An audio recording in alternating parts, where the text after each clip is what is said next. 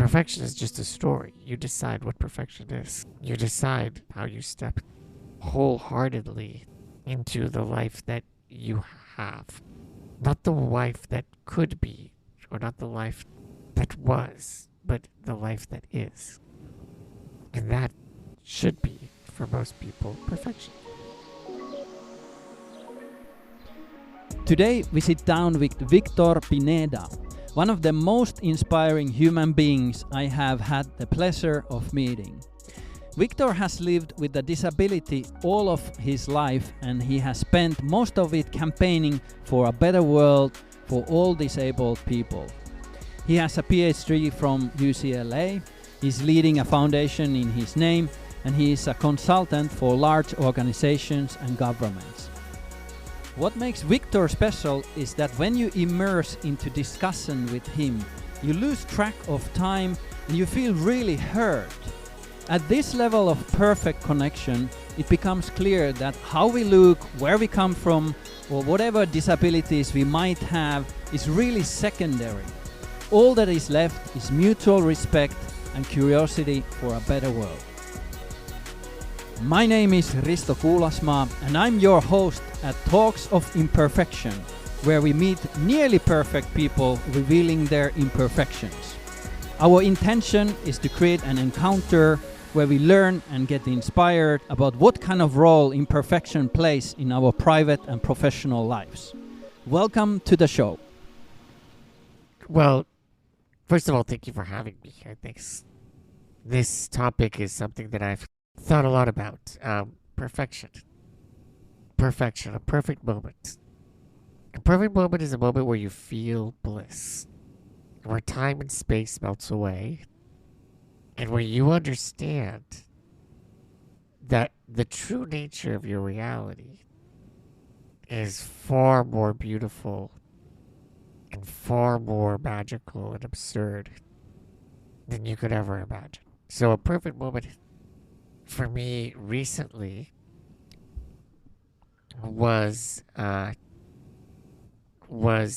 kiss, and then a set of openings that happened. The heart starts to fly. The person in front of you is reflecting the most beautiful parts of yourself back to you. And this is magic.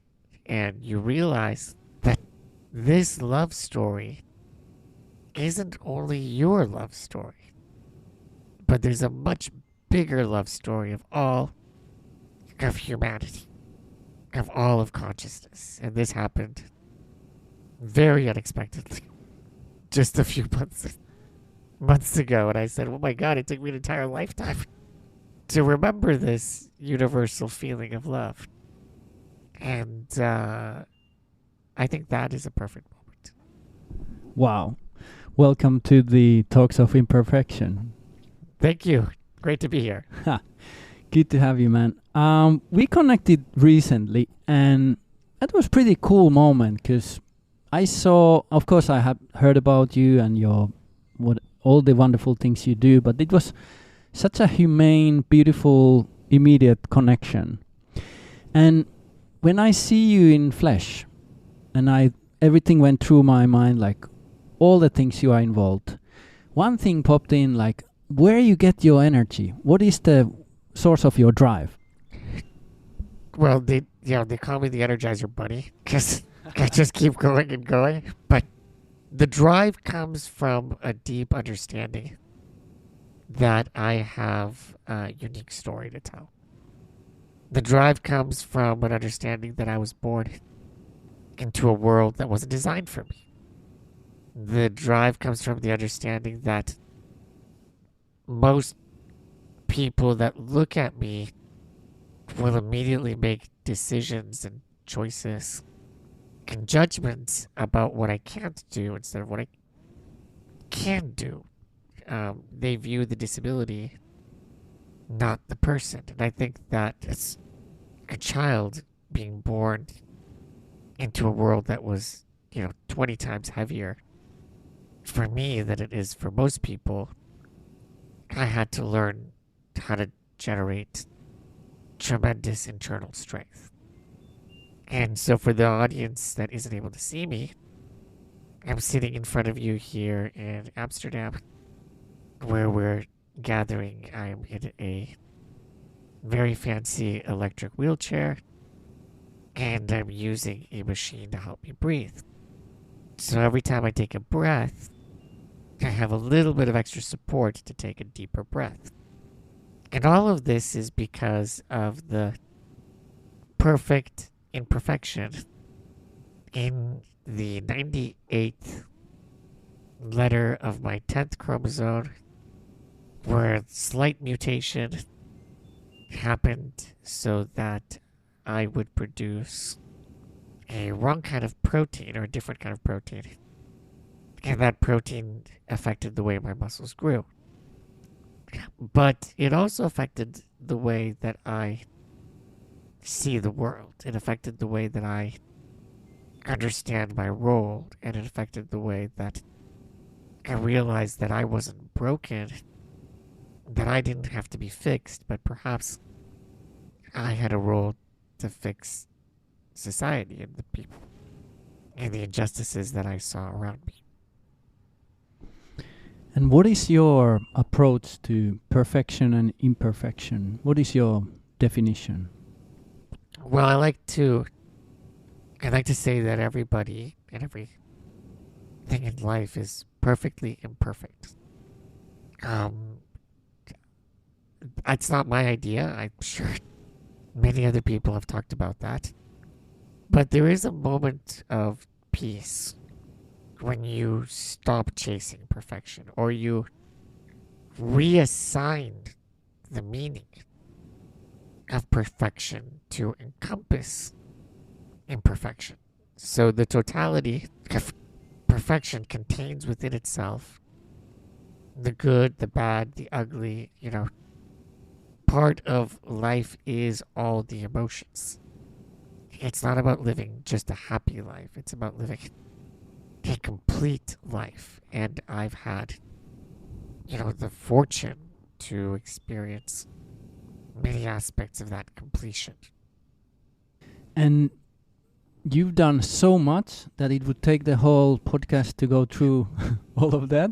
But let you pick the one of the defining moments or project. What are you most proud of so far? Because you have amazing history ahead of you. But what has been the pivotal, most meaningful moments on your career so far? Well, this is a story that not a lot of people know about. But as a student at University of California, Berkeley, there's a legacy of social activism and social change and innovation. And part of my innovation was I had taken my financial aid money and used it to fly to New York and sneak into the United Nations. And so I stuck into the United Nations as a 22-year-old and started negotiating an international human rights treaty to protect the rights of persons with disabilities.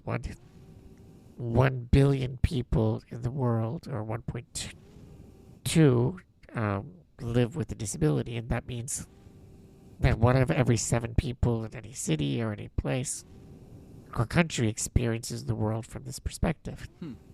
Now, these disabilities could be visible or invisible. You don't have to see somebody in a wheelchair or see somebody that might, live with dyslexia or chronic illness or HIV/AIDS or mental health challenges to understand that it's one of the most unifying experiences of the human condition. But yet, as a young adult, I realized that there was a role to play. There was a stage or a leadership opportunity to tackle. And I ended up, launching that treaty into force in 2007, and since then worked with national governments to implement those promises. So part of that journey is working on the master plan in Dubai, the disability strategy of the Emirate of Dubai with the executive council there, and later with the team on the Abu Dhabi disability strategy. The work in Dubai became federal law. In the United Arab Emirates, in the US, for example, a lot of that work was recognized by President Barack Obama.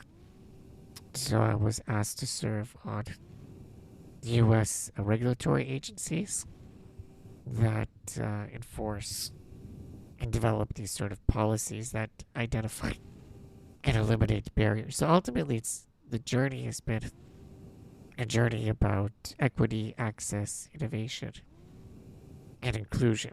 And a big part of it has been looking at creating the right framework. So we helped continue to connect the dots with the Sustainable Development Goals and negotiated some of the work around SDG 11 on inclusive and safe and resilient cities, and then also negotiated something called the New Urban Agenda, which happens every 20 years, where governments decide the future of the human habitat. And that's a good segue to the future of cities. Walk us through, when you look at the city and the imperfections of the city from your perspective, what you see? I see a lot of people frustrated, their talents and their potential ignored, and the human connections that could create more vibrancy, more beauty. That's so interesting, because I was first thinking like, okay, you will give a nice insight about inaccessibility, but you take it immediately from the kind of mental side of things. The fabric and the emotion. But I say that because that helps us understand what it's like to have inaccessible environments. 25% of people that live in cities experience barriers in the way that they move around because of age or disability. And if you think about the transaction, there are tremendous transaction costs of just moving around. If you have difficulty walking, or if you have difficulty seeing, or if you have difficulty hearing, there's other obstacles along the way. And those obstacles limit our productivity. They limit our production possibility frontier. The GDP of the city is limited when it can't access and deploy all of that human resource. But under that human resource, under that productivity, are people who either feel like they belong to that city, or they feel like they don't belong to that city, like they're excluded. So the idea of inclusion and exclusion, and the idea of belonging are all fundamental to the vibrancy of a city. And if 1 out of every 7 people that might live with a disability, or people that are aging, or people that have families, cannot afford or don't feel like they belong, I think everybody loses. And given your work with UN, cities, governments, what have been the kind of wins for you? What has changed? What has been the impact? Well, I think the biggest impact is launching with the help of the UN, we launched the Global Compact on inclusive and accessible cities. And the goal of that initiative is to incentivize and transform 100 cities to be more inclusive, accessible, and resilient by 2030. So we launched it with the help of the German government in Berlin. In 2018, we're developing training programs for cities. We're developing online courses, toolkits, and a community of practice. And during the pandemic, in March of 2020, we immediately brought all of our city partners together, and we developed 600 people joined different regional WhatsApp groups. And these WhatsApp groups had everybody from the advisor to the president of Colombia to some grassroots activist, in Uganda that's working on protecting the rights of indigenous women and women with disabilities. And what we found during the pandemic is that people want to quickly understand how they can work together, how they can collaborate.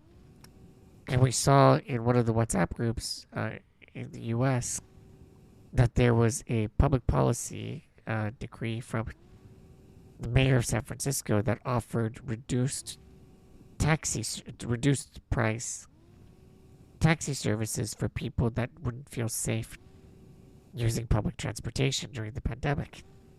And immediately, some of the people in New York that were working in the New York's mayor's office and some of the commissioners that were in that group were able to use that policy a few hours later and develop a similar policy in a different place. So That was fast. yeah, very fast. So I think this is the idea: is people want ways of leveraging good ideas quickly. In many meters, we could say you are successful, but what success means to you? Deepak Chopra was asked that question in one of our events that you organized in Davos, and he answered it in this way, and I like the way he answered it. He said, "It's the attainment of worthy goals," and I think that success is understanding that your goals have to have meaning or have to have purpose, and if you can achieve that sense of meaning, that sense of purpose, then that's success. Especially if the goals that you set out to tackle are not just about buying a Tesla, but about feeling like you're part of something special and unique.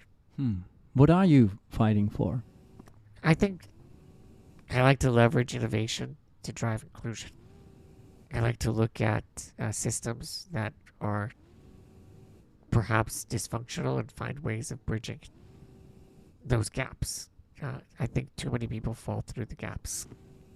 I had fallen through the gaps. I was denied an education in Venezuela as a child because I couldn't walk. And it wasn't that there was something that was limited in me. It was the limited imaginations of the teachers and the principals that couldn't imagine what I could accomplish. So the idea is, before we retrofit buildings and before we retrofit the world, we have to retrofit our minds.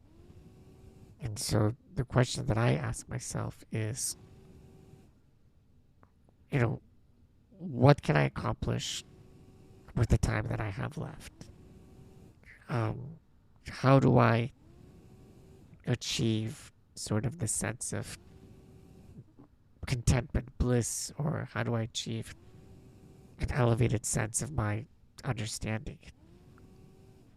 And how can I turn a vulnerability into a strength?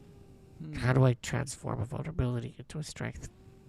And I think actively trying to answer those questions has allowed me to look at things that I'm afraid of, and instead of running away from them, try to play with them, understand them, incorporate them into the things that I do.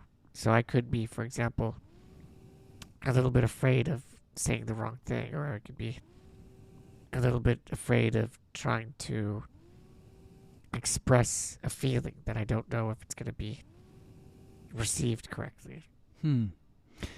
The power in you. When we met, I just started to talk to a new friend immediately, and only later, because I had to also interact with your assistants, and I kind of like, oh wow, did I do something wrong? Like, is there a what would be your advice for people? How should they interact and address someone in a wheelchair? I just want to hear Sure. this because Well, it's not only a wheelchair. I mean, I have this machine on my face. I use a ventilator. My body is very small. I think the way we approach anything that we're unsure about is with a sense of openness and a little bit of humility. So, how can I? Is there anything you need? How can I? Can I help you with anything? Or like, is there a preferred pronoun or a preferred word? Or like, I'm not used to interacting with people that use a wheelchair. To help me understand. So you see this with the Black Lives Matter movement. You see this with a lot of other movements, which is if you want to be an ally, you start by just claiming a little bit of ignorance and understanding that you can learn and be part of this community as well. I mean, the thing with the disability community is anybody can join us at any time. Like, we don't discriminate. So, it's harder to become a different race than it is to join the disability community. So it is a community. We have a culture. We have a history. We have a sense of understanding our common, set of injustices. But also a lot of diversity, right? It's not one monolithic community of all people with disabilities. It's a lot of different communities that realize that together they could create social change. And I bet a lot of specific humor as well.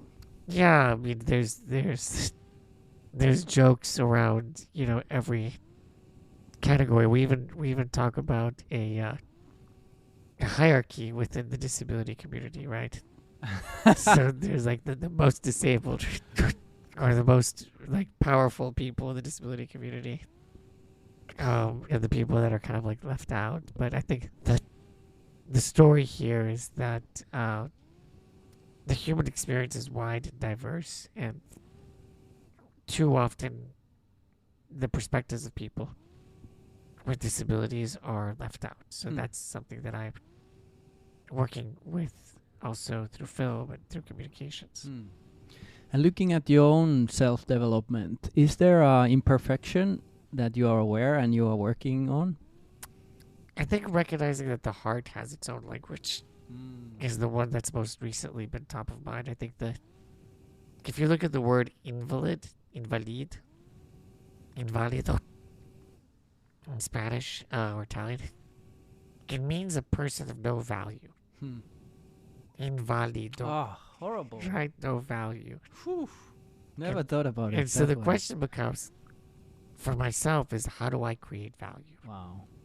And so I had developed, when I was going through graduate school and getting my PhD in urban planning. I'm an urban planner by day job, by profession. I wanted to elevate the knowledge and the value that I could create, but potentially at the expense of other places of knowledge. And the heart has tremendous knowledge.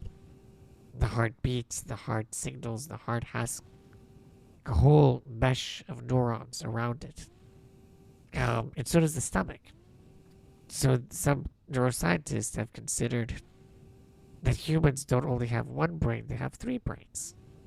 So the three-brain theory is that the heart has its own set of neurons and networks, and so does the gut. So the question for me is, what can I do to become more complete as a human being? And so, writing poetry, understanding that there are feelings and emotions that perhaps I had hidden from, that I want to invite in and welcome into my life. That hit me hard. You mentioned the word invalidity. It's also different languages use the same weird word, because that's given by the majority. That invalid, that's really bad. Like you open my eye here, and most likely many listeners are like, wow, it sounds so old and outdated. But it creates its own logic. So the Soviet Union developed a entire set of education policies that was called defectologists. And the defectologists were the ones that basically determined how to educate children with defects, with disabilities. So even the idea that the disability is a defect, it's not something normal. It's not something that is part of this child experience. It's something that has to be erased. It becomes a science within itself, right? So this is why I talk about multi-generations of advocacy. Because, 50 years ago, there was a gentleman called Ed Roberts that applied 3 times to attend the University of California, Berkeley, because he had polio and he lived in an iron lung. And the university rejected his application 3 times because he had a disability. Like I had a disability and I was rejected as well. But what he did is he applied a 4th time, but he didn't tell them that he had a disability. He had great grades, and so they accepted him. And later, they had to negotiate a way for his experience at that university. And by doing that, it opened up an entire new set of cultural reference points. And if your listeners have Netflix, President Barack Obama was a producer on an incredible film about this story called Crip Camp. Was nominated for an Oscar by the directors Nicole Newman and James Brecht, who are good friends of mine. So this is how this group of activists in the U.S. even interacted with Finnish activists like Kalle Konkala and other activists in Sweden. And they had summer schools and exchanges.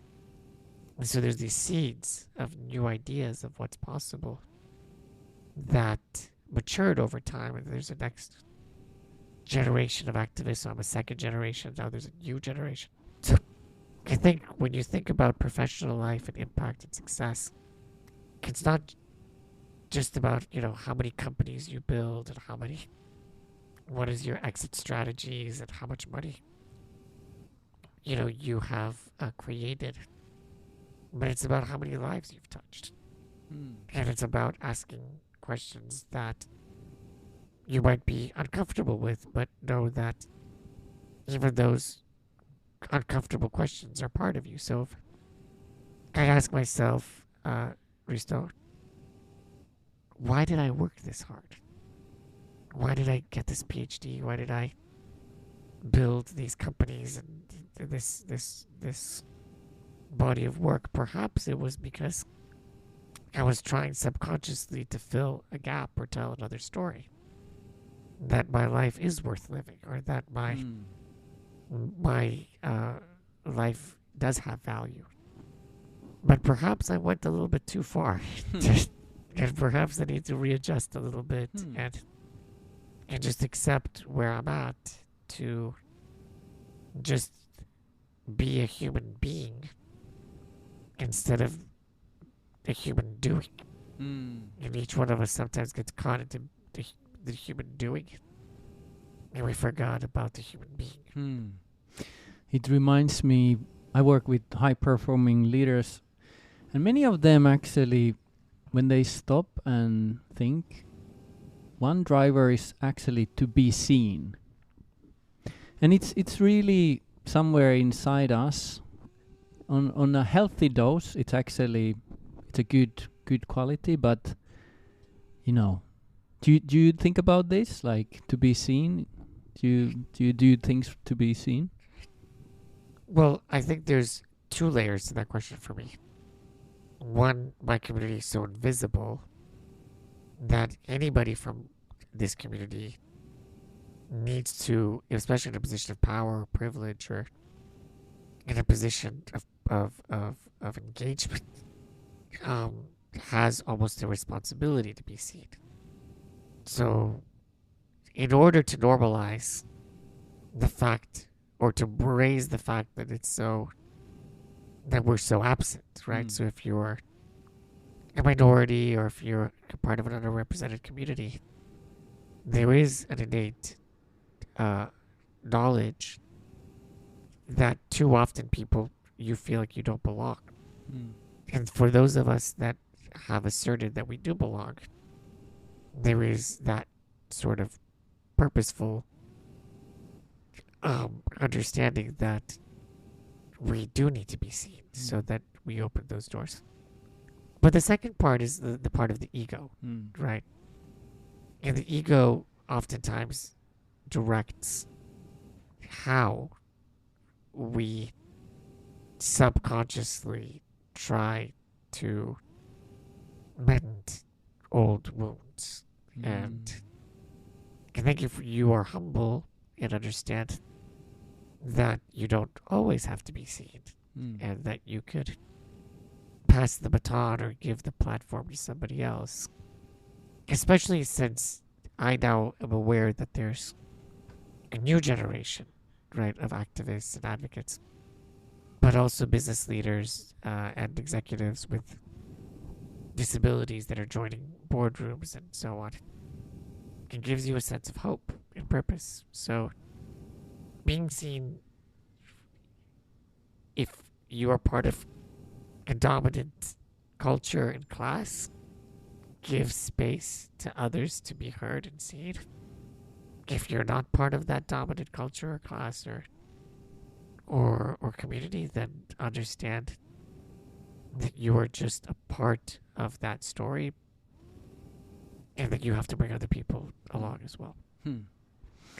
When you mentioned about your accomplishment and the opportunity to just chill and enjoy, it reminds me a lesson I've learned recently, and it's about control. We as human beings, we try to control a lot, but the opposite of control is trust. And when we talk about trust on this level, it's beyond trusting yourself. It's actually trusting and resting with the universe. Do you have any thoughts around that, like control and trust? Yeah, I mean, the first level is what I just spoke about before, is power and powerlessness. So the first thing that you ask about being seen is having power or not having power, right? The second part is about this idea of control or loss of control.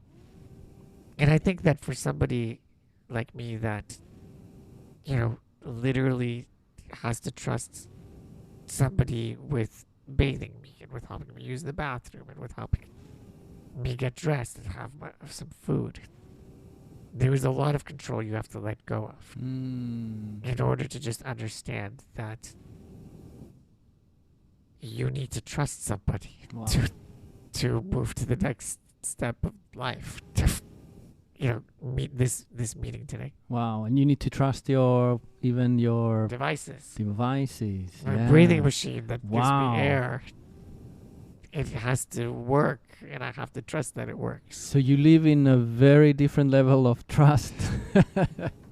And also control and the lack of control. Yes, as a high-performing executive that also deals with significant physical challenges, I have to plan my life at least as best as I can. But I also have to realize that the universe is working in my favor. So the things that I can't get to will work themselves out. They will come. They will work themselves out, yeah. Wow. Do you think is attaining perfection even possible? I've talked a lot about, so for those of you that don't know, most of my work is in advocacy and in policy and in consulting with companies around innovation and inclusion, but I've started a film production company called Windmills and Giants to tell stories from underrepresented voices and points of views. And one of the things that's most powerful when you ask me the question, is perfection even possible? It really depends on what is the story you're trying to tell. So if you go back, if I were to put on my director's hat, and I've produced now 3 documentaries, I always think about very clearly what is the story in this documentary. And what I realized is the story can be anything that you want it to be. It has to have a transformation. It has to have some conflict. It has to have some basic elements. But the story itself is up to you to decide. So perfection is the same. Perfection is just a story. You decide what perfection is. You decide how you step into that perfect moment. How you step into wholeheartedly into the life that you have. Not the life that could be, or not the life that was, but the life that is. And that should be, for most people, perfection. Wow. That's beautiful, beautiful. Well, you've done a lot, but there is things to do, and maybe you could elaborate a bit about your future dreams and visions, where the journey will take you. Things to do and things to be or not to be. I think that être, to be. I think I want to be surrounded by people that inspire me. And I want to be curious. And I want to be always learning. To do is I'd like to invite all the listeners to check out my foundation, because they can get involved in some of our social impact work. We want to launch a new NFT project and leverage blockchain to empower persons with disabilities and break stigmas. There is a film that I have developed that I hope will premiere soon, perhaps at the Zurich Film Festival. The film is called Unconfined, so I'm excited to get that to audiences and have people experience that story, which took place during the pandemic. It's a series of memories that you explore on confinement, in confinement. Also, I think that the big thing is the Global Compact and Campaign on Inclusive and Accessible Cities. Working with the mayors, the city of Amsterdam, the city of Abu Dhabi. So I think things to do, there's limitless things to do, but I think just a few things to be. And you also mentioned earlier, before this interview, you also want to kind of move forward and evolve, because you have a massive legacy when it comes to disabilities and working for your community, but in a way kind of step forward from there. What are your thoughts around that? Yeah, thank you for asking that. I think once we find a deep sense of satisfaction, there's a curiosity or a hunger to explore new terrains. And I think that I've learned quite a bit about innovation and inclusive innovation and how accessibility really amplifies better performance for organizations. I think that the work through, one of our consulting companies, World Enabled, is on this idea of innovation for radical inclusion. And inclusion isn't just about ramps and about elevators and about, subtitling a film or about having sign language interpreters. I think inclusion is about understanding holistically the capabilities that you need to transform systems. And we've inherited systems that perpetuate exclusion, perpetuate climate change, perpetuate, poverty and disinvestments. But I want to change that script. I want to change the narrative.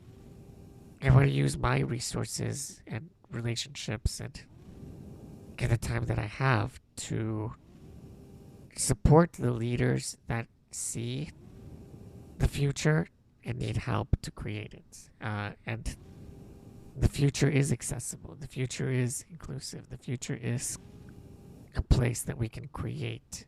It's not something that somebody else will create for us, but we need to work together. We need to have a little bit less competition and a little bit more cooperation. What I really liked about Microsoft, for example, is they are top-notch partners around accessibility in their products. But they said, we're not competing on accessibility. We want everybody to. We want all the other technology companies to be better than us on accessibility, because it means that we are eliminating barriers for people all over the world. So I think this is the kind of approach that is needed. I think, the city of New York, the city of Dubai, we organized a meeting between the two cities, and they both joked they were to compete to be the world's most accessible city. But in that process, every city benefits. So I think when you ask me how I see the future, I see the future using diversity, equity, inclusion, and accessibility, using the ESGs and some of these new frameworks and metrics to really measure performance more holistically and drive that transformation through inclusive innovation for everybody. Beautiful. I have nothing to add. This was a lot of fun. Yes. I appreciate you reaching out. This was such a beautiful conversation. I learned a lot, and I appreciate your time, and I wish all your dreams come true. Well, you could definitely follow my work on LinkedIn or on Twitter, at Victor Pineda, at World Enabled. The Pineda Foundation website is just pinedafoundation.org. And yeah, that to just understand that this isn't something for some, this work requires all of us. Everybody's accountable to identifying and eliminating barriers, because we all benefit when we can all have a life that we value. Let's do this. Let's do it. Thanks, man. Thank you, Victor. Thank you for listening to the Talks of Imperfection. The podcast is enabled by Edita Prima, the kindest Nordic tech company that orchestrates automated customer journeys to perfection by turning data friendly. That's all, folks. It was good to have you on board. Please subscribe to the podcast, follow us on Instagram, and hold tight until the next episode.